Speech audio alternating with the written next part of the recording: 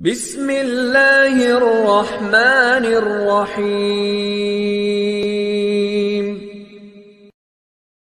آج کا مسلمان ایک مٹر کے دانے کو سنبھال کر رکھتا ہے جس پر اللہ کا نام لکھا ہو، مگر نہ جانے کتنے ایسے دلوں کو توڑ دیتا ہے جن میں اللہ خود رہتا ہے۔ کبھی کبھی چپ رہنا شکایت کرنے سے زیادہ بہتر ہوتا ہے، کیونکہ جن کو ہماری شکایت سے فرق نہیں پڑتا ان کے سامنے اپنے الفاظ ضائع کرنے کا کیا فائدہ۔ آج کل لوگ چائے کی تھیلیوں کی طرح ہوتے ہیں جنہیں کھولتے ہوئے پانی میں ڈالے بغیر پتہ نہیں چلتا کہ ان کا اصل رنگ کیا ہے۔ زندگی میں ہمیشہ وہ لوگ پرسکون رہتے ہیں جو پوری نہ ہونے والی خواہشوں سے زیادہ ان نعمتوں پر شکر کرتے ہیں جو انہیں اللہ نے عطا کی ہیں۔ ایک آدمی نے کسی بزرگ سے پوچھا، میرا اللہ اس وقت کیوں نہیں سنتا جب میں مانگتا ہوں؟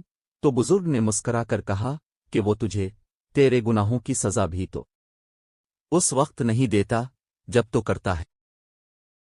نماز کی تو وہ شان ہے جو روک دیتی ہے طوافی کعبہ کو، تو تیرے کاروبار کی کیا اوقات ہے جس کے لیے تو چھوڑ دیتا ہے نماز کو۔ دوزخ نے کہا، ماں وہ ہستی ہے جو گناہگار اولاد کو بھی مجھ سے بچا لیتی ہے۔ جنت نے کہا، ماں وہ ہستی ہے کہ جو مجھے بھی قدموں کے نیچے دبا دیتی ہے۔ اللہ کے خوف سے گرنے والا آنسو بے شک چھوٹا ہی کیوں نہ ہو، لیکن اس میں اتنی طاقت ہوتی ہے کہ وہ سمندر کے برابر گناہ مٹا دیتا ہے۔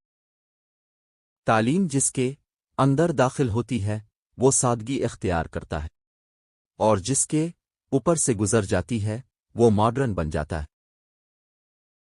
کچھ لوگ اپنی آدھی زندگی پڑھنے میں گزار دیتے ہیں اور سیکھتے کیا ہے؟ دوسروں کو نیچا دکھانا، ماں باپ کو تانے دینا، ہر کسی پر اپنی تعلیم کا روب جھاڑنا۔ ماچس کی تیلی کا سر تو ہوتا ہے مگر دماغ نہیں ہوتا، اس لیے ذرا سی رگڑ پر بھڑک اٹھتی ہے مگر انجام اپنی ہی آگ میں جل کر ختم ہو جاتی ہے۔ حاسد کی مثال بھی بالکل ایسی ہی ہے۔